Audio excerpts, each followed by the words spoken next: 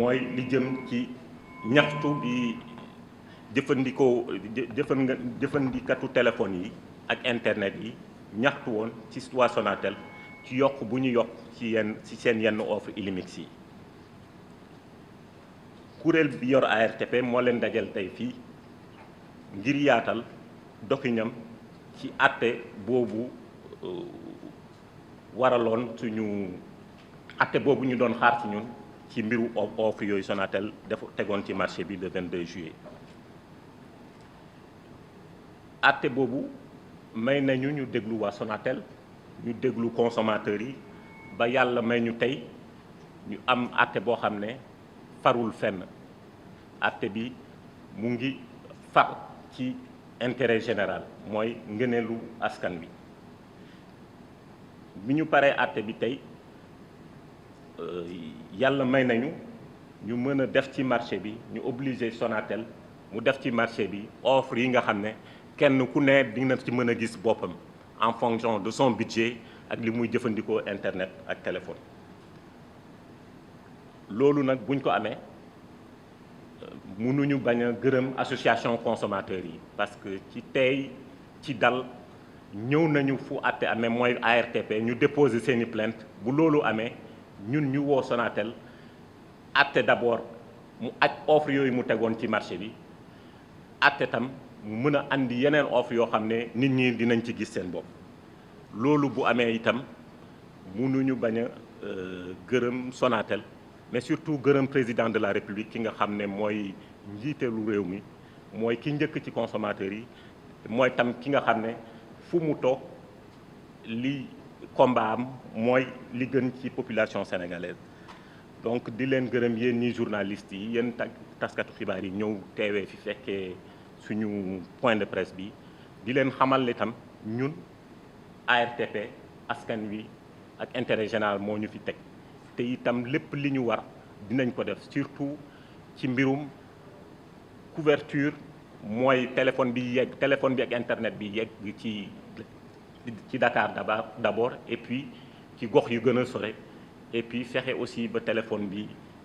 njëg li bañ a seer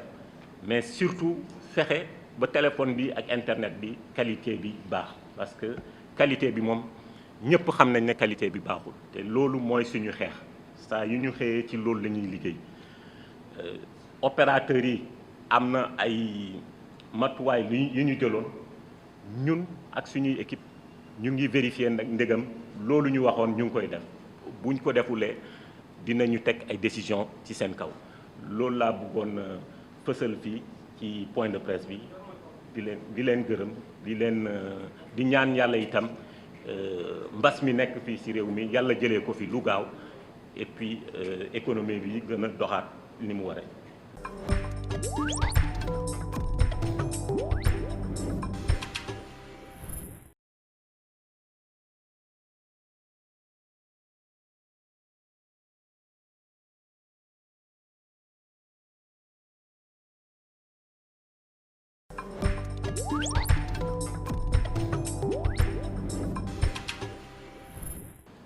Le résultat de notre intervention donc peut se résumer comme suit. Sur l'ensemble des offres lancées sur le marché par Sonatel, de cristalliser essentiellement les réactions des associations des consommateurs. Il s'agit de l'offre Illimix Moi 1900 qui, selon ces associations, a migré vers une Illimix Moi à 4500 et l'offre Illimix Moi 5900 qui a migré vers une offre Illimix Moi 7500. D'après donc les associations des consommateurs et les plaintes qui nous sont parvenues, ces deux offres ont donc connu une évolution de leur contenu et de leur prix. Les autres offres ne posaient pas de problème majeur. La Sonatel, quant à elle, a soutenu que l'usage de certains services dégrade fortement la qualité des services QoS. Tenant compte de l'injonction relative à la suspension à titre temporaire des offres décriées, la Sonatel a proposé l'introduction sur le marché de nouvelles offres alternatives, dont une à dominante voix à 2200 et une autre à dominante data à 5500. Il est important de rappeler qu'au profit du consommateur, les prix des deux offres décriées sont passés pendant la période de l'instruction des plaintes respectivement de 1900 à 4500, finalement à 2200 pour l'offre à dominante voix, avec 50 minutes de communication voix, tout réseau en 6 et une baisse du volume data. Ensuite,